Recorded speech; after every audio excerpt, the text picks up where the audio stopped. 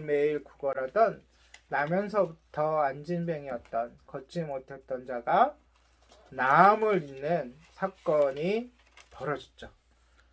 이 사건은 지금으로 따진다면 누구도 놀라워할 수밖에 없는 큰 기적이 일어난 사건이에요. 그런데 중요한 것은 이 안진뱅이를 일으킨 한순간 일으키고 만 게 아니라 그가 이제 계속해서 건강한 몸으로 걷고 뛰며 성전에 들어가서 예배드리고 할 수 있는 그러한 신체로 낫게 하신 이 사건이 누구를 통해서 나타났죠? 바로 베드로와 요한을 통해서 나타났어요. 그런 사건이 나타나니까 오늘 1절에 보면 나은 자가 베드로와 요한을 붙잡았다 그래요. 붙잡았다. 이것은 옷을 꽉 붙잡았다는 뜻도 되지만 그의 옆에서 떠나지 않았다는 거예요. 떠나지 않았고 또 어떤 일이 벌어졌죠? 이것을 이제 알게 된 많은 사람들이 크게 놀라며 솔로몬 행각이라는 곳에 모이게 됐어요. 왜 모였을까요? 왜 이 나음을 받은 사람은 붙잡았으며 떠나지 않았으며 이 놀라운 기적을 알게 된 이 사람들은 왜 솔로몬 행각에 모였을까요? 자세히 알아보려고 그랬나? 그들이 주목하고 있는 사람이 누굴까요? 베드로겠죠. 베드로가 이 기적에 대해서 무슨 말을 할까? 보기 위한 것이죠. 그들은요, 성전을 드나들면서 그 사람을 수없이 보았기 때문에 그가 치유받아서 걸어다니는 모습을 직접 눈으로 목격하고 큰 충격을 받았어요. 그 중에 어떤 사람들은 예루살렘 성전에 기도하러 들어가다가 이 구걸하는 사람에게 동전을 던져주었던 사람들이 속해 있을 거예요.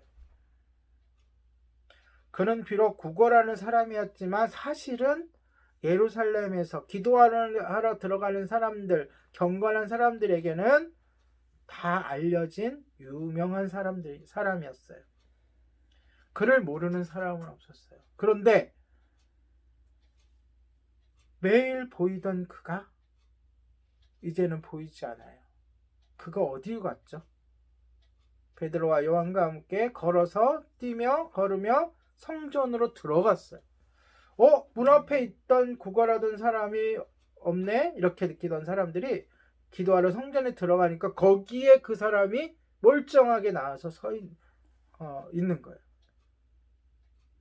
얼마나 놀라운 일이겠습니까? 우리 11절에 보면은 치유받은 그가 베드로와 요한을 붙잡고 모든 백성이 크게 놀라며 달려나가 솔로몬의 행각이라 불리는 행각에 모였다 그래요. 행각이라는 것은 일부러 예루살렘 성전을 지을 때에 많은 무리들이 모일 수 있게끔 마당과 같이 만들어 놓은 거예요. 많은 사람들이 모일 수 있는 공간을 만들어 놓은 거죠. 이런 행각이 여러 개가 있는데 그 행각 중에 무슨 행각? 솔로몬의 행각. 이 솔로몬의 행각은 유일하게 이방인은 뭐예요? 유대인이 아니죠. 이방인이었다가 유대교로 개종한 사람들, 다시 말해서 이방인 개종자들이 들어갈 수 있는 유일한 장소예요. 그러니까 여기에 모인 사람들은 말 그대로 유대인, 순수 유대인, 그 다음에 멀리서 온 디아스포라 유대인, 그 다음에 유대교로 개종한 이방인들도 한꺼번에 모여서 이 상황이 어떻게 된 것인지 놀라면서 웅성웅성 하고 있었겠죠. 여기서 한 가지 우리가 질문을 한번 해봐야 돼요. 왜 그 나음을 받은 그는 이 사도들을 놔주지 않았을까요? 붙잡고 따라다녔을까요? 그가 덜 치유되었기 때문일까요? 그렇지 않습니다. 감사해서 왜 자꾸 제 차이가 나려고 그러죠? 밖에 좀 나가봐봐. 이렇게 불꺼 냄새나. 내가 나 무슨 불꺼? 얘기하세요. 뭐 올려놨지? 아니요, 안 올려요. 안 올려놨어. 네, 냄새 안 나요. 응. 자, 이어서 할게요. 왜 놔주지 않았냐면 그가 다 낫기 때문이 아닙니다. 왜냐면 8절에 한번 보세요. 8절. 그가 어떻게 그런 나음 받은 형편을 이야기하는데 8절 한번 다시 읽어볼게요. 8절 앞에 부분이에요. 시작. 뛰어서서 걸으며 그들과 함께 성전으로 들어가면서 걷기도 하고 뛰기도 하며 하나님을 찬송하니. 찬송하니. 이 모습을 보니까 그가 어떻게 나왔어요? 완전히 건강한 몸으로 나왔다는 거예요. 그리고 뒤에 나오는 16절을 한번 보세요. 16절에 보니까 어때요? 그의 이름으로 그의 이름을 믿음으로 그 이름이 너희가 보고 아는 이 사람을 어떻게 하게? 성하게란 말을 다시 번역하면 완전하게, 건강하게. 뒤에 보세요. 예수로 말미암아 난 믿음이 너희 모든 사람 앞에서 이같이 어떻게 낫게 했다고요? 완전하게 낫게 했다.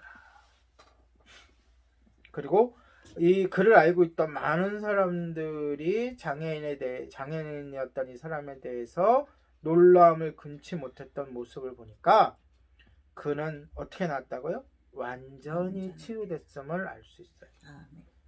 그런데도 그가 여전히 베드로와 요한을 따라다닌 이유는 첫 번째, 자신의 고침에 대한 감사를 하는 거고, 아까 8절에서 나왔듯이 이 사람들을 보내서 자신을 낫게 해주신 누구에게? 하나님께 찬송하며 예배하며 하나님께 영광을 돌리기 위해서 이고요. 두 번째로는 나을 때 뭐라고 했죠? 병을 고칠 때, 일으킬 때 뭐라고 하면서 일으켰죠? 예수의 이름으로 일어나. 은과 금은 내게 없거니와 내게 있는 것으로 내게 주노니 나사렛 예수의 이름으로 일어나, 예수 그리스도의 이름으로 일어나 걸으라 하면서 일으켰죠. 아멘. 과연 이 예수 그리스도가 누구인지에 대한 강한 끌림이 있었던 거예요. 하나님이 역사하셔서 기적을 일으키시고 마음을 감동하여 주시면 그 마음속에 예수님에 대한 관심, 예수님에 대한 궁금증, 또한 예수님에 대한 열망, 끌림이 강하게 일어나는 것을 볼 수 있습니다.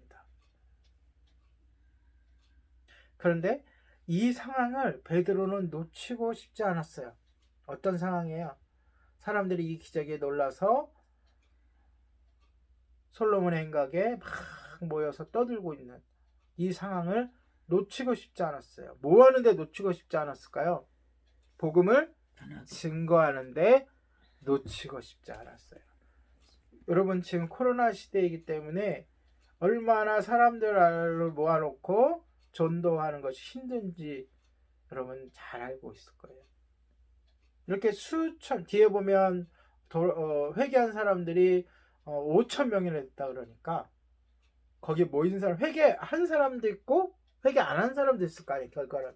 그러면 따지면 적어도 1만 명 이상이 설교를 들었다는 건데, 그렇게 사람을 모아놓을 수 있는 그러한 방법이 베드로가 개인적으로 있었을까요? 없었다니. 다 하나님께서 역사해 주셨기 때문이에요. 이 기회를 베드로는 놓치고 싶지 않았어요. 그리고 지금 베드로의 순간은 군중들의 주목을 받고 있는 시간. 이 솔로몬 행각에 사람들이 모인 이유가 바로 이 베드로가 무슨 말을 할까? 베드로에게 집중되어 있던, 주목받고 있던 그러한 순간이었던 거예요. 우리 12절을 한번 반추해보면, 베드로의 이 말을 반추해보면 사람들이 마치 베드로와 요한을 신과 같은 존재로 주목했다는 거예요. 그러니까 그들은 하나님을 믿는 유대인들을, 유일 사상을 갖고 있는 유대인들이기 때문에 베드로와 요한을 신이라고 여겼던 게 아니라 주님을 대하듯, 하나님을 대하듯 그에게 마음을 열어놓고 그의 소리를 들으려고 주목하고 있었다는 거죠. 그 군중들은 초자연적 기적을 일으킨 베드로의 말을 듣고 싶어 했어요. 그런 간절함이 생명을 구원하는, 그것도 한두 생명이 아니라 많은 군중, 초대교회에, 그러니까 초대교회가 하나님의, 그러니까 우리가 보통 생각하면 우리 개척교회를 생각하듯이 이렇게 어려운 환경 속에서 3명이 4명이 모여서 시작을 하고 한 생명 한 생명 이렇게 전도하고 양육하고 이렇게 초대교회가 시작된 게 아니라 말 그대로 성령님의 강력한 역사 속에서 기적이 함께 동반하면서 한 번에 수천 명씩 주님께로 돌아오는 그러한 초대교회. 왜 그럴 수밖에 없냐면 그만큼 신앙을 지켜나가기, 이 기독교라는 이 싹을 틔우기 힘든 여건 속에 있었기 때문에 성령님의 그 강력한 그런 인도하심과 역사하심이 있는 그 순간이죠. 그런데 그러한 일이 있기 전에 어떤 일이 있는 거예요? 베드로의 복음 전도가 먼저 있는 거예요. 하나님께서 이미 다 조성해 놓으시고 다 마음밭을 갈아 놓으신 후에 베드로를 통해서 뭐가 전달되게 한 거예요? 복음이, 예수님이 소개되게 하신 거예요. 베드로는 벌어진 일에 대해 너무 놀라워하는 이 사람들에게 분명히 이야기하는데요. 기적을 일으키신 분은 자신들이 아니라 예수 그리스도였음을 상기시켜요. 그것이 복음을 전하는 우리들의 첫 번째 모습이어야 돼요. 누가 드러나야 돼요? 내가 드러나는 게 아니라 예수님이 드러나야 되는 거예요. 자신들은 그리스도의 권능이 나타나는 뭐에 불과했다? 수단에 불과했다고 말합니다. 이것이 복음을 전하는 자의 그리스도인의 마음 자세예요. 이 말에는 두 가지의 중요한 의미가 있어요. 첫째는 사도들의 역할에 대한 기대감이에요. 아, 하나님께서 나를 통해서 일하시는구나. 물론 하나님은 모든 것을 통해서, 꼭 사람이 아니라 모든 것을 통해서 일하시는 분이에요. 그런데 하나님의 구원 서정, 구원 계획에 있어서는 사람을 통해서 일하시기로 이미 작정하셨어요. 그래서 먼저 믿는 사람을 통해서 복음이 증거되도록, 생명이 구원 얻는 그러한 구원 역사가 진행되도록 우리를 통하여 일하신다는 거죠. 거기에 대한 기대감을 보여주는 거예요. 어떻게? 따라해 봅시다. 나를 통하여 일하시는 하나님. 우리를 통하여, 나를 통하여, 본문에는 사도들을 통하여 일하시는 하나님을 기대하게 하는 거예요. 기대. 아, 주님이 오늘 나를 통하여 어떠한 일을 하실까? 어떠한 사람을 만나게 하실까? 어떠한 말씀을 하시면서 나를 다독여 주시고 나를 훈련시키셔서 복음을 증거하게 하실까? 에 대한 기대가 있다는 거죠. 사도들은 예수님의 권능이 사도들을 통해서 행해진다고 믿었어요. 이 강한 믿음 때문에 나면서부터 걷지 못했던 이 사람을 만난 순간 베드로와 요한이 행했던 거예요. 외쳤던 거예요. 기대가 없으면 행동도 없죠. 두 번째로는 사도들의 겸손과 정직함에 주목해야 돼요. 베드로는 자기 앞에 모인 사람들에게 조금 전에 일어난 기적을 간단하게 먼저 설명해요. 어떻게 설명합니까? 구걸하던 장애인을 치유한 능력은 오직 하나님한테서 왔다는 메시지였어요. 누구한테 왔다고요? 하나님에게. 누구의 이름으로? 예수님의 이름으로. 베드로는 자신이 그 사람을 자신의 능력으로 절대로 치유하지 않았다고 단언해서 설명하고 있어요. 이 기적을 통해서 영광을 받으실 분은 오직 하나님 한 분뿐이라고 지금 이야기하고 있는 거예요. 이게 가장 우선되어야 돼요. 뭐가 우선되어야 돼요? 하나님께서 나를 통하여 일하신다. 아멘. 그리고 이 일에, 이 기적이나 결과에 그러한 공로는 나에게 있는 것이 아니라 하나님께 있다. 하나님의 능력으로 있다. 자, 본문을 더 진행하기 전에 우리가 우리 자신에게 한번 물어봐야 합니다. 제가 먼저 묻겠습니다. 여러분은 예수님의 능력이 여러분을 통해 행해지기를 기대합니까? 아멘. 기대합니까? 기대해야 돼요. 이것이 출발선이에요. 이것이 육상 트랙 경기에서, 그러니까 100m 달리기를 할 때에 출발선에 서는 거예요. 우리가 기대하지 않으면 나를 통해서, 여러분 한 사람 한 사람을 통해서 행하신다는 것을 기대하지 않으면 출발할 수가 없어요. 그러면 결과물도 일어나지 않아요. 예수님의 그 말씀이, 우리에게 약속하셨던 그 말씀이 여러분들의 삶을 통해 예수님께서 위대한 일을 행하실 것을 기대해야 돼요. 그것이 내가 보기에는 초라해 보이고 아무것도 아닌 것 같아 보여도 하나님의 시각, 예수님의 뜻을 이뤄가는 데 있어서는 굉장히 중요한 거예요. 제가 지금 무슨 말을 하고 있죠? 지금 잘 전달돼요? 하나님께서 부족한 저를 통해서 하나님의 그 마음을, 그 말씀을 여러분들에게 전해주듯이 여러분 한 사람 한 사람을 통해서 하나님의 그 뜻을 이루어 간다는 것을 우리가 확신해야 돼요. 아멘. 내가 지금 50견이 와서 어깨가 아프다.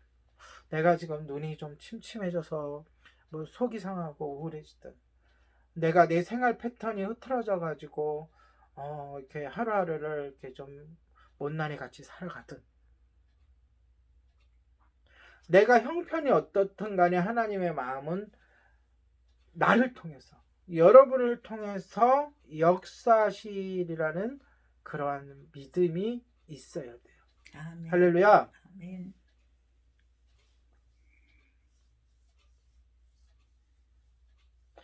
여러분의 삶 속에서 성령님께서 여러분을 통해서 다른 사람들을 어루만지는 것을 볼 수 있는 은혜가 있기를 원합니다. 아멘.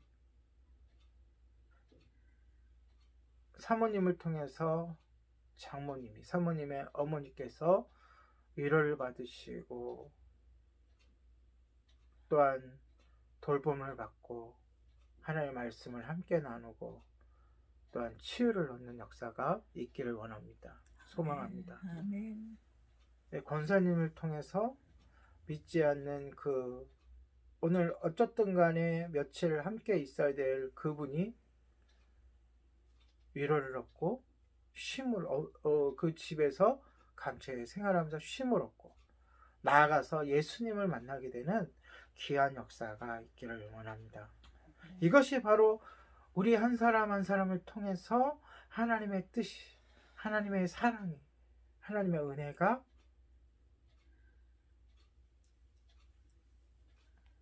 전해지고 흘러가는 아멘. 그러한 귀한 은혜의 삶이 될 것입니다.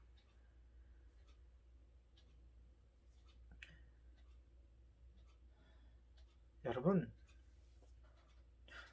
앞으로 우리의 삶 속에 여러분 한 사람 한 사람의 삶 속에 이러한 하나님의 놀라운 역사가 일어날 줄로 믿습니다. 아멘. 근데 그럴 때에 꼭 염두에 둬야 되는 게 있어요. 모든 사람은, 저를 비롯해서 모든 사람은 이런 놀라운 일들을 겪을 때에 자신의 공로도 있다고 생각하는 경향이 있습니다. 그래서 오히려 우리들에게 일어나는 하나님의 은혜가, 이 놀라운 기적들이 오히려 나를 타락시키고 나를 하나님을 배반하게 하는, 하나님과 등을 돌리게 하는 저주의 일들로 환원될 수 있는 그러한 상황들이 벌어질 수가 있습니다. 우리는 그러한 일들을 종종 봅니다. 그런데 오늘 베드로처럼, 베드로는 그렇지 않았단 말이죠. 우리도 베드로처럼 우리에게 사람들의 그런 시선이 쏠리고 찬사를 받으려고 할 때에 오직 주님에게만 그 영광을 돌리는 베드로의 겸손을 배우시기 바랍니다. 아멘. 원래 베드로는 성향상 이런 사람이 아니었거든요. 나서는 사람, 맨 앞장서는 사람, 자신의 공로를 의지하는 사람, 자신에게 힘 있다고 생각하는 사람이었거든요. 그런데 이제 이 초대교회를 이끌어가는 이 베드로는 겸손의 사람이었어요. 모든 일의 결과와 모든 일의 그 영광을 하나님께만 돌리는, 자신은 가리워지는, 스스로 자신은 낮아지는 그러한 사람이었어요. 주님께서 변화시킨 것이죠. 주님께서 약속하신 성령의 충만을 받으니까 이렇게 변화된 것입니다. 아멘. 그래서 우리에게는 이 두 가지가 필요해요. 첫 번째, 기대. 주님께서 나를 통해서 하실 것이다, 이루실 것이다, 이런 기대와 겸손. 나의 힘은, 나의 공로는 없고 오로지 주님께서 하셨다.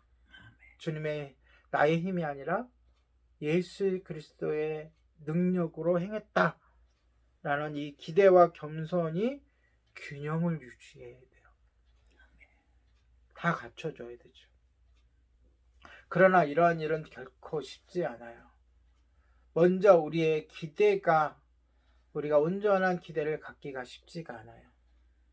우리의 경제적 문제, 건강의 문제, 상황의 문제, 관계의 문제 때문에 우리가 온전히 하나님을 기대하고 예수님을 기대하고 성령님을 기대하는 일이 쉽지가 않아요. 이런 훈련을 하시면서 주님을 온전히 기대할 수 있는, 주님을 온전히 신뢰할 수 있는 여러분이 되시기를 예수님의 이름으로 축원합니다. 아멘. 그리고 이 겸손은요, 나만 앞에서 나를 자랑하는 것만 겸손의 반대인 교만이 아니에요. 수시로 찾아와요. 이 정도면 됐지. 내가 아침에 일어나서 묵상하고 성경 읽고 이렇게 했으면 됐지.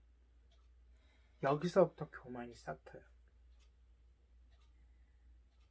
겸손은 뭐냐면, 겸손한 자는 늘 주님과 동행해요.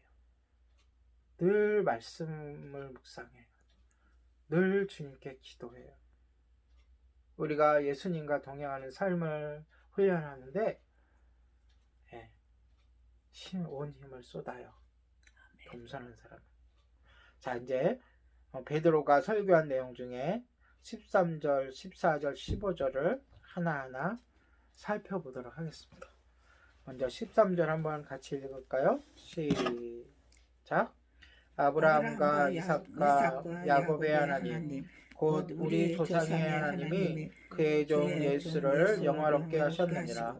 너희가 그를 넘겨주고 빌라도가 놓아주기로 결의한 것을 너희가 그 앞에서 거부하였으니. 아멘.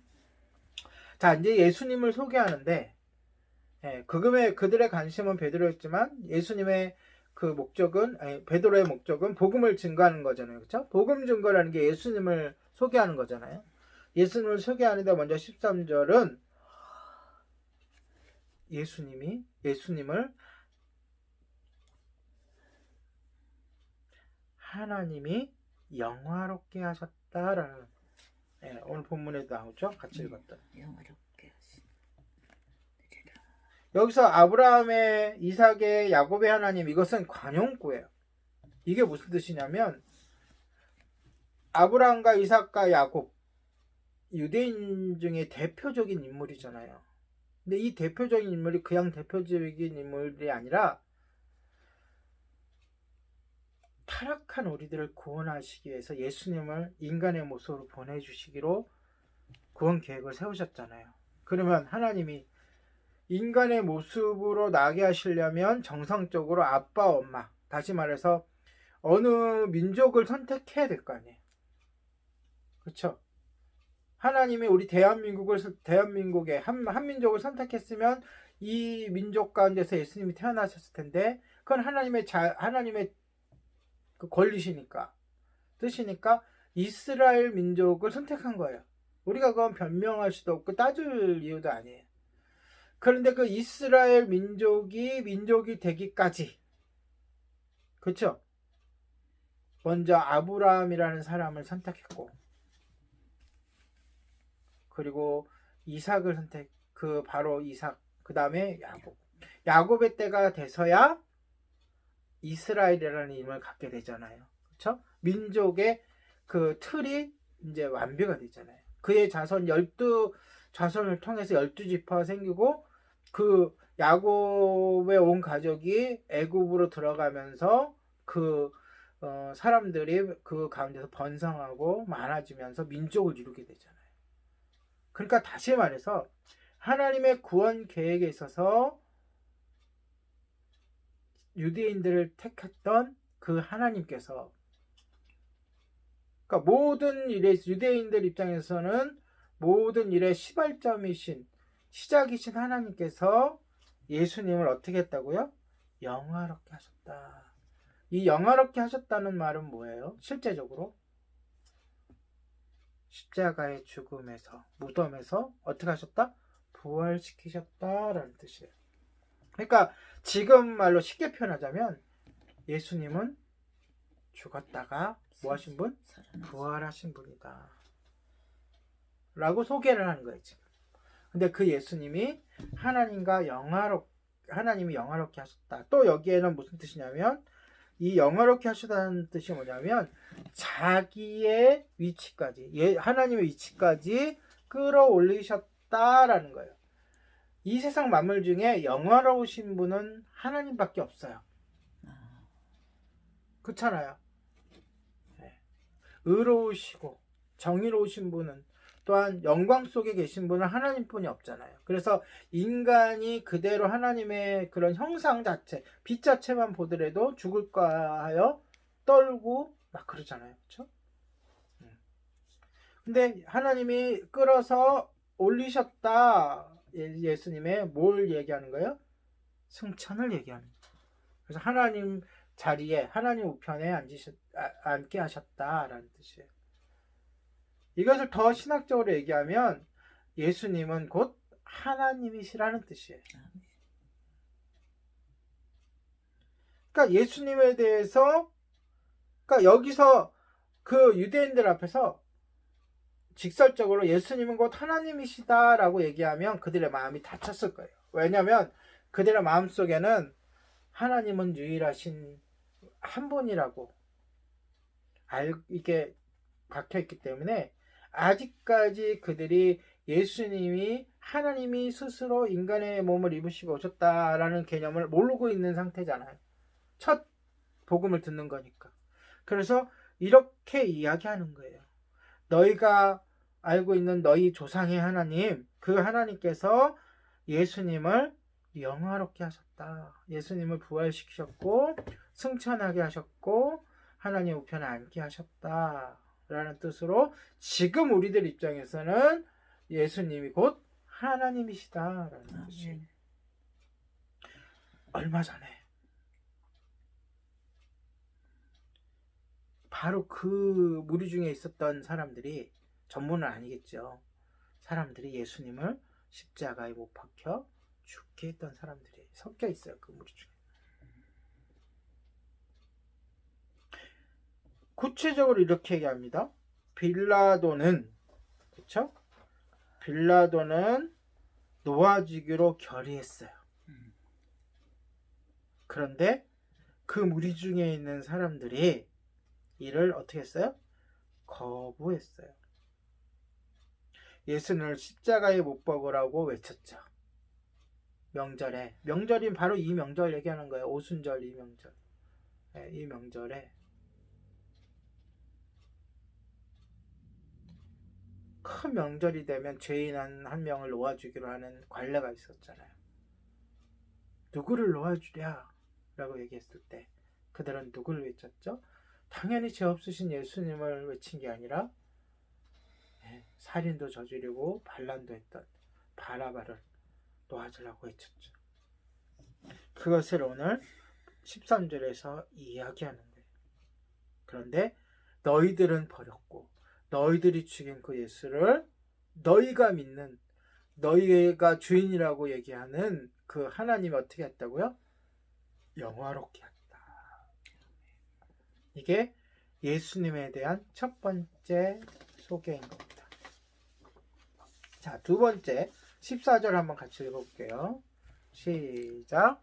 너희가 거룩하고 의로운 일을 거부하고 도리어 살인한 사람을 놓아주기로 구하여. 자, 14절에는 예수님 어떻게 소개했어요? 예수님은 거룩하고 의로우신 분이다. 그렇죠? 거룩하다는 말은 무슨 뜻일까요? 거룩의 반대. 그러니까 어떤 뜻을 알려면 그 반대말을 생각하면 돼요. 거룩하지 않다. 어떠면 거룩이라는 뜻은 완전하다, 흠이 없다는 뜻인데, 그러면 반대는 흠이 있다는 뜻이잖아요. 그러면 이 흠이라는 게 뭘까요? 이것은 죄를 얘기하는 거예요. 그래서 예수님은 거룩하다 할 때 예수님은 죄가 없으신 분이시다. 그럼 앞에 문구와 합쳐서, 앞에 얘기했던 걸 합쳐서 예수님은 죄가 없으심에도 불구하고 가장 저주받은 형벌을, 십자가형을 받으신 분이에요. 네. 그리고 예수님은 어떤 분이라고요? 거룩한 분하고 또 의로우신 분이다. 의타는 말은 옳다란 뜻이죠. 의의 반대는 불의, 나쁘다는 뜻이잖아요. 그렇죠? 예수님 자체가 의로우신 분이고 예수님이 행하셨던 그 일들 자체가 옳은 일이라는 거예요. 그럼 예수님이 어떠한 일을 행하셨죠? 우리를 위하여 십자가에 달려 돌아가셨잖아요. 그 일 자체가 의롭다는 거예요. 그러니까 예수님은 앞에는 어떤 분으로? 하나님께서, 쉽게 말해서 한마디로 하면 예수님은 하나님이시다. 두 번째로는 예수님은 죄가 없으시다. 그럼에도 불구하고 그분은 의로운 일을 행하셨어. 우리를 위하여 십자가에 달려 죽으신 분이다. 우리가 그 전도를 공부할 때에 이렇게 얘기하라고 하는 그 내용 그대로예요. 그런 전도 훈련이나 전도 폭발 같은 데서 행하는 그러한 그 훈련이 다른 것에서 벗어나는 게 아니라 성경에서 가르쳐 준 대로 교재도 만들고 훈련 프로그램도 짜는 거라 벗어날 수가 없어요. 진리는 다른 게 아니기 때문에. 다시 말해서 예수님은 어떤 분이시다? 첫 번째, 아까 얘기했죠. 예수님은 하나님이시다. 그리고 오늘 지금 얘기하는 예수님은 거룩하고 의로운 분이시다.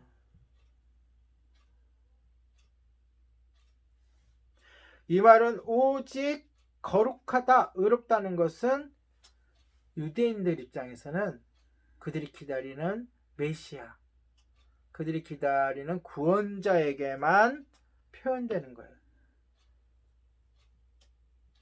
로마서 3장 10절, 여러분 로마서 3장 10절에 바울이 이렇게 얘기했죠. 세상에는 의로운 사람이 있다 없다? 없다. 없는데 어느 정도 없다? 하나도 명도 없다. 하나도 없다. 우리는 모두 하나님의 의로움을 따라갈 수 없는 타락한 존재예요. 그런데 이 그러니까 지금 말을 듣고 있는 유대인의 관점에서 이 예수님이라는 사람이 사람이잖아. 그들 입장에서는 이 사람이 베드로가 얘기하는 걸 따지면 거룩하고 의롭대요. 그럼 사람이라는 뜻이에요? 모든 사람은 의롭지 않다며요. 다 연결되는 거예요. 하나님이시라는 거예요. 하나님이시기 때문에 거룩하고 의로운 거예요. 자, 다시 한번 구원에 대해서 얘기해 볼게요. 구원은 값을 치러야 되잖아요. 왜냐, 우리가 구원받지 못할 상황이 된 거 아니에요. 죄가 들어옴으로 인해서 지옥 갈 수 있는 저주받은 사람이 된 거 아니에요. 그럼 이 값을 치러야 구원을 받을 거 아니에요. 그렇죠? 그런데 이 값을 누가 치르냐는 거죠. 인간이 치를 수 있어요? 깨끗하고 정당하고 정확한 것으로 값을 치러야 되는데 아까도 로마서 3장 10절에 보니까 모든 인간은 의롭다 그랬어요? 의롭지 않다 그랬어요? 의롭지 못하다. 그러면 어떤 인간도 죄를 값을 치를 수 없는 거예요. 그러면 죄를 값을 치를 수 있는 존재가 누구예요? 의롭고 죄가 없고 거룩한 하나님밖에 없는 거예요. 근데 또 한 가지, 인간이 지은 죄이기 때문에 누가 갚아야 돼요? 인간이 갚아야죠. 같은 값을 줘야 된다면. 그러니까 이 의롭고 거룩하신 하나님이 인간이 될 수밖에 없는 거예요. 그게 예수님인 거예요. 이 두 가지를 다 충족해야 되니까. 거룩하고 의롭고, 또 나아가서 하나 더 붙인다면 이 하신 일들이 모든 인류에게 적용돼야 되니까 전능하신. 그런 분 누가 있어요? 여러분 알고 있는 인물 중에 하나님밖에 없잖아요. 그런데 또 하나의 그 원리는 인간이 지은 죄, 첫 아담이 지은 죄를 비롯해서 모든 인간이 지은 죄이기 때문에 인간이 갚아야 돼요. 근데 딜레마, 인간 중에는 단 한 명도 의로운 사람이 없는 거예요. 하나님은 그래서 방법을, 구원 계획을 어떻게 짜셨어요? 이 의롭고 이 거룩하고 전능하신 하나님이 이 인간이 되셔서 갚으시기로 계획하신 거예요. 그래서 인간이 되신 하나님이 곧 누구시라고요? 예수님이신 거죠. 이 예수님의 오심은 철저하게 그 원리에 의해서 적용되어야죠. 하나님은 능력이 있어서 그냥 어른으로 나올 수도 있어요. 그런데 철저하게 엄마 태아 속에서부터 잉태되셔서 철저하게 나오시고 인간의 모든 감정을 갖고 있고 모든 제약들을 갖고 있는 거죠. 어린 시절을 겪으셨고 소년 시절을 겪으셨고 아파하기도 하시고 슬퍼하기도 하시고 피곤하기도 하시고 십자가의 그 모진 고통을 받으실 정도, 모든 고통을 느끼는 완벽한 인간으로서 사시다가 구원을 완성하시고 돌아가신 거죠. 어디로? 원래 자리로. 그것을 지금 이야기하고 있는 거예요, 베드로는. 이렇게 간단한 문구지만, 간단한 이렇게 설교 같지만 그 안에는 이런 깊은 그러한 구원의 그런 원리가, 도리가 내포되어 있는 거예요. 그래서 지금 베드로가 얘기하는 거 14절에 이렇게 거룩하고 의로우신 분, 우리를 위하여 십자가를 지기 위하여 인간의 모습으로 오신 이 분을 바로 너희들이 거부했다는 거죠. 그리고 살인한 사람을 놓아주기로 결정했다는 거죠. 그게 얼마 전에 있었던 거예요. 오래전에 있었던 게 아니라. 15절로 넘어가 볼게요. 15절. 자, 같이 읽을게요. 시작. 생명의 주를 죽였도다. 그러나 하나님이 죽은 자 가운데서 그를 살리시니 우리가 이 일의 증인이라. 자, 예수님을 누구로 소개하죠? 마지막 부분. 첫 번째 부분이죠. 여기서는 예수님이 누구시다? 생명의 주인. 자, 처음부터 할게요. 13절부터 13절에 예수님은 누구시다? 하나님이시다. 그렇죠? 근데 이 예수님은 또 어떤 분이시다? 거룩하고 의로우신 분이시다. 예, 그분은 죄가 없으시고 그분이 하신 일은 의로운 행동이시다. 우리를 위하여 십자가 달려 죽으신 분이시다. 그리고 15절에 와서 그래서 결론적으로 그분은 우리에게 뭘 주신다? 생명을 주신다. 생명을 주시는 생명의 주이시다. 자, 그런데 공통적으로 자, 예수님은 그런데 이 유대인들은 어떻다고 나와요? 13절에는 너희가 그 앞에서 거부했다. 14절에는 또 한번 나오죠. 이 의로운 일을 너희가 거부하고 도리어 살인한 사람을 놓아주기로 했다. 15절에는 또 뭐라 그래요? 생명의 주를 어떻게 했다? 죽였다. 예, 먼저 아픈 데를 찌르는 거예요. 예, 예수님이 이런 분인데 지금 듣고 있는 너희들이 예수님을 죽였다는 거야 결국. 그런데 거기서 끝나는 게 아니죠, 그렇죠? 예, 그 베드로의 설교가 굉장히 중요한 것은 거기서 끝나는 게 아니라 그러나 하나님이 죽은 자 가운데서 그를 어떻게 하셨다? 살리셨는데 그 일에 증인이 있다 없다? 있다. 그 일의 증인 누구예요? 지금 말하고 있는 베드로를 비롯해서 그 안진뱅이를 일으켰던 사도들, 나아가서는 그 전장에 있었던 성령 충만을 받고 방언을 하던 그 사람들이다 라고 이야기하는 거예요. 요한복음 1장 3절에 보면 만물이 예수님을 통해 창조되었다고 이야기합니다. 그 뜻은 뭐죠? 아까 제가 처음에 얘기했듯이 예수님은 곧 조물주, 세상을 창조하신 하나님이라는 뜻이죠. 생명의 주인이신 자신의 생명을 십자가에서 내어놓으시고 그렇게 하심으로 어떻게 했어요? 우리에게 영원한 생명을 얻게 해주신 분이 누구라고요? 예수님이다. 이게 복음의 내용이어야 되는 거예요. 자, 예수님은 어떤 분이신가? 에 대한 내용인 거예요. 예수님은 하나님이시고 죄가 없으신 분이시고 또한 그분의 하신 행동 의로우신 분이시고 그로 말미암아 십자가에 달려 돌아가심으로 말미암아 자신의 생명을 주심으로 말미암아 우리에게 뭘 주신 분? 생명을 주신 분이시다. 이게 예수님에 대한 소개의 엑기스예요. 자, 여러분이 한번 말로 해보세요. 예수님은 어떤 분이시라고요? 예수님은 하나님이시고 또 말로 하세요. 이렇게 선포하시면서 말로 하세요. 그리고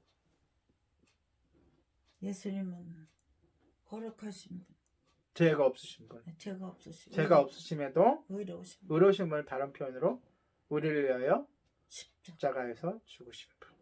그렇게 함으로써 마지막으로 우리에게 생명을 주신 분. 자, 우리 사모님 그거 정리해가지고 한번 한 문장으로 쭉 얘기해 보세요. 예수님은 너무 참 하나님이시 피곤한 참 것 같아요. 인간이십니다. 네, 끝입니까? 네. 아니죠. 예수님은 하나님이신데 인간으로 오셨는데 죄가 없으심에도 불구하고 우리를 위하여 십자가 달려 돌아가셨어요. 그렇게 하심으로 우리에게 새 생명을 주셨어요. 이렇게까지 가야 그게 한 문장이에요.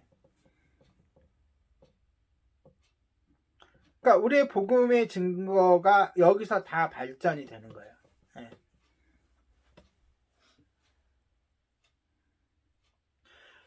베드로는 이 복음의 핵심을 청중들에게 선포하면서 그들이 비록 예수를 죽이는 무지한 행동을 했지만 죄를 회개하고 하나님께 돌아오기를 촉구한 거예요. 정죄만 하면은 답이 없어요. 그렇죠? 정죄만 하면 아무 소용이 없어요. 중요한 건 돌아오라고 촉구해야 되는 거예요. 아까도 얘기했잖아요. 세상에 죄 없는 사람이 어디 있어요. 남을 정죄하기 시작하면 끝이 없어요. 자신도 죄인이면서 죄인이 죄인을 정죄하는 것은 아무 소용이 없는 거예요. 정죄에 그치지 않고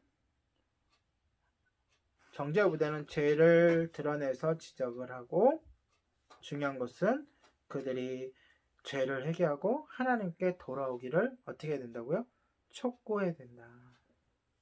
자, 이들은 그러한 경험을 이미 하고 그들이 직접 예수님을 죽이고 했어요. 그러니까 이렇게 촉구가 가능해요. 그런데 지금 역사적으로는 2000년 전의 일, 그리고 민족적으로는 이스라엘 민족과 아무도 상관없는 한민족, 그리고 관계에 있어서는 자기들하고 직접적인 자기네 사람들이 죽이지도 내가 안 죽였는데 이렇게 답변할 수 있는 지금의 우리의 주위에 있는 사람들에게는 어떻게 그들의 죄를 깨닫게 하고 회개하고 예수님께로 돌아오게 할 수 있겠어요? 어떻게?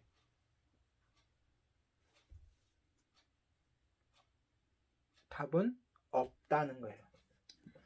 정죄하기 시작하면 마음의 문이 닫히고요. 그는 성령님께서 하실 일이에요. 지금 이 시대에는. 우리는 단지 그들을 접촉하면서 우리의 삶을 통해서 우리의 말을 통해서 누구를 만나게 해주면 돼요? 예수님을 만나게 해주면 돼요. 그리고 그들의 마음을 만지고 죄를 깨닫게 하고 회개케 하는 것은 우리의 몫이 아니라고 생각해야 돼요. 그것은 성령님의 역사하심이에요. 상황이 다르고 시대가 다르다는 거예요. 지금 이 상황은 직접적인 상황인 거예요. 그러니까 이런 설교가 가능하죠. 그런데 우리는 어떻게 해야 돼요? 이 베드로처럼 예수님을 바로 전하고 그리고 삶을 통해서 그들에게 물음표를 주고, 왜 저 사람들은 손해보며 살지? 왜 저 사람들은 저렇게 아픈데 또 왜 불평불만이 없지? 저들이 얘기하고 믿고 있는 저 하나님이 누굴까? 라고 하면서 예수님을 찾을 수 있도록 그렇게 하는 것이 우리의 역할이라고 생각합니다.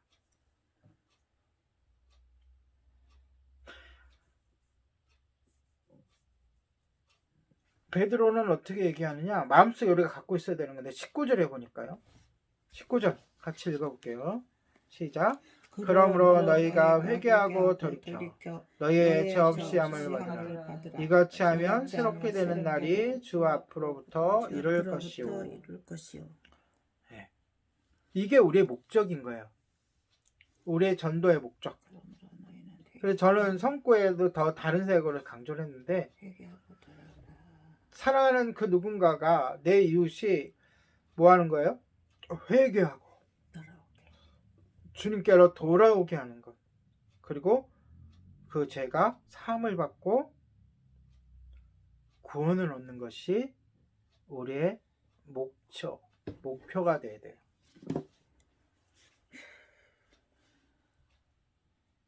그래서 이걸 설명하기 위해서 베드로는 예를 두 가지를 댑니다. 하나는 모세의 예를 들고 23절에 보니까 누구든지 그 선지자의 말을 듣지 않는 자는 백성 중에서 멸망을 받으리라 라고 강조를 하는 거죠. 이들은 이제 모세에 대해서 너무나 잘 아니까. 지도자 중에서 과거의 지도자 중에서 자기 조상들 중에서 가장 위대한 인물 따지면 선지자 중에는 모세, 지도자 중에는, 그 다음에 왕 중에는 다윗왕, 그 다음에 선지자 중에는 엘리야. 이렇게 꼽는 거예요. 사실 그런데 교회를 안 다니는 지금 현재 우리 주변에 있는 사람들, 이 사람들을 몰라요. 누군지도 몰라요. 그럼 우리는 어떻게 해야 돼요? 어떻게 강조해야 돼요? 아까도 얘기했잖아요. 나의 삶을 통해서, 여러분의 삶을 통해서 강조해야 돼요. 그러려면 이제 여러분들이 먼저 그런 주님이 주시는 그런 기쁨의 삶을 살 수 있도록 여러분들이 갖춰지고 변화되어야 되죠. 그리고 또 어떻게 강조를 하냐면 24절에서 26절을 살펴보니까 그들 역시 하나님 앞에 선 사람들이라고 말해요. 그게 무슨 뜻이냐면 당신도 구원받을 가치가 있어, 이런 뜻이에요. 구원받아야 돼. 당신에게도 구원의 길이 열려 있어.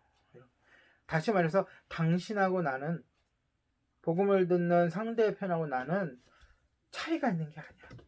나 같은 죄인도 구원을 받아 예수님을 만나 구원을 받았으니까 당연히 당신도 그럴 자격이 있어 라고 이야기해 주는 거예요.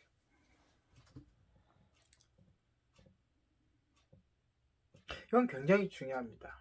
우리가 전도를 하면서 가장 큰 실수 중에 하나가 나는 갖춰진 자, 나는 준비된 자, 저 사람들은 죄인, 이렇게 여기는 거예요.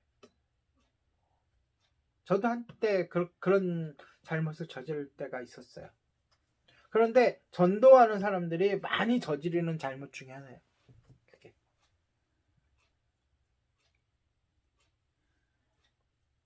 그래서 복음을 전하면 끝, 이게 아니라는 거예요. 삶을 통해서 섬겨야 하고 나눠줘야 하고 또한 선한 이웃이 되어야 하고 그런 모든 것들이 다 포함되어야 돼요. 말씀을 전하면 끝이 아니에요. 이것을 누군가는 관계전도라고 이렇게 명명을 하는데 꼭 관계전도라는 것만 그렇게 하는 게 아니라 모든 전도는 그렇게 해야 돼요. 일단 그 영혼을 향해 사랑하는 마음이 생겨야 되고, 사랑하는 마음이 생기면 그 영혼이 불쌍해지고 또한 자꾸 생각나고 거기서부터 시작돼야 돼요.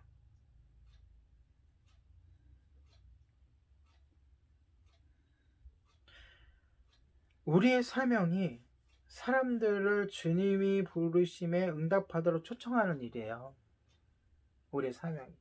그러니까 아까도 얘기했지만 하나님은 먼저 구원받은 사람들을 통해서 복음이 증거되도록 구원의 원리를 짜셨단 말이에요.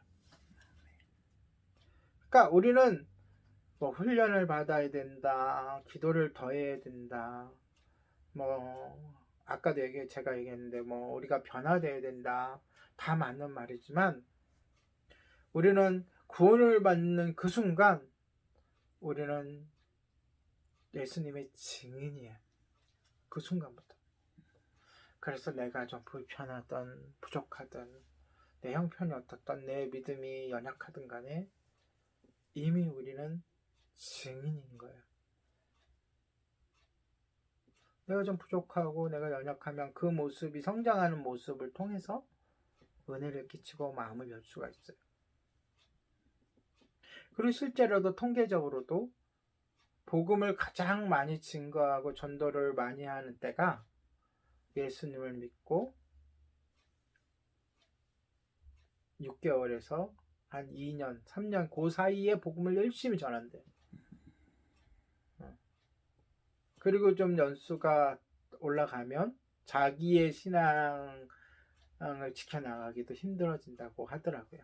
그건 뭐 통계니까 의지할 건 아니지만, 그래서 우리가 얘기하잖아요. 신앙을 생각하면서 우리가 초심으로 돌아가고 처음 예수님을 만났을 때의 감격으로 돌아가자. 그게 이 전도에서도 마찬가지라는 거죠. 이 세상을 우리가 살아가는데 언제 우리가 이 세상이 끝날지 몰라요. 내가 없는데 이 세상이 무슨 소용이 있어요, 그렇죠? 내가 죽으면 이 세상도 끝나는 거예요. 물론 이 세상은 누가 죽는다 그래서 멈추는 건 아니고 끝나는 건 멸망하는 건 아니지만 그 개인에게 있어서는 끝난 거예요. 근데 올 때는 우리가 날짜가 정해져 있지만, 그렇죠? 생일이라는 게 있지만 갈 때는 정해져 있겠죠. 하나님 정하신 날이 있겠지만 우리는 알 수 없다는 거죠. 그런데 중요한 게요. 이 있을 동안에 언제 갈지도 모르는 이 시간 동안에 우리의 영원한 삶이 결정난다는 거예요.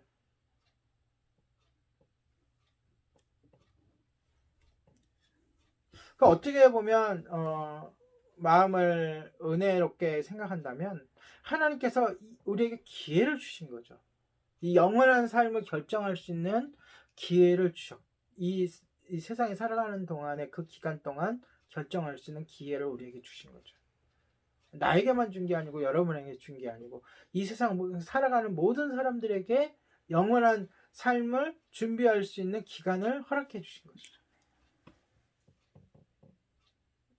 그런데 오늘 본문을 통해서 우리가 확신할 것은 그게 먼저 이 미래를 먼저 결정한, 우리 결정했잖아요, 그렇죠? 네. 결정한 우리들을 통해서 그러한 복음이, 하나님의 그러한 은혜가 우리를 통해서 이루어진다는 거죠. 오늘 본문의 베드로의 설교가 그 직전에 있었던 이 안진병이를 일으키는 기적이 우리를 통해서 하나님의 구원이, 생명이 전해지는 그 과정 속에 일어나는 사건들이라는 걸 우리가 명심하시기 바랍니다. 아멘. 그래서 오늘 이 말씀을 통해서 두 가지. 첫 번째는 우리를 통해서 일하실, 우리를 통해서 생명을 흘러보내실 그 하나님의 역사하심, 성령님의 인도하심을 기대하는 것과, 또한 본문을 통해서 베드로의 모습을 통해 주신 가르쳐 주신 이 겸손에 대해서, 자기를 겸비하는 일, 겸손한 사람은 어떻게 한다 그랬어요? 자기가 부족함을 알기 때문에 훈련한다 그랬죠. 말씀을 더 보고 기도를 더 하고, 그렇죠? 주님께로 더 나아가기를 노력한다 그랬죠. 그래서 이 기대와 겸손을 가지고 균형 있게 풍성하게 가지고 한 주를 살아가면서 우리의 삶을 통해서 생명을 구원하는 일에, 여러분들에게 일어나는 한 가지의 사건들을 소홀히 생각하지 마시고, 권사님은 왜 그분이 엄마 집에 왔을까? 코로나 때문에 왔을까? 아니에요. 왜 그러한 과정을 통해서 엄마 집에 왔을까? 그 역사하시는 분은 분명히 하나님이시라는 거죠. 그 지금 상황을 만드신 분이 하나님이시. 사모님도 마찬가지죠. 그런 거 생각하면서 뭐랑 뭐를 붙잡아야 돼요? 이번 주 동안 기대와 겸손 붙잡고 베드로처럼 때를 얻든지 못 얻든지 복음을 증거하는 여러분을 되시기 바랍니다.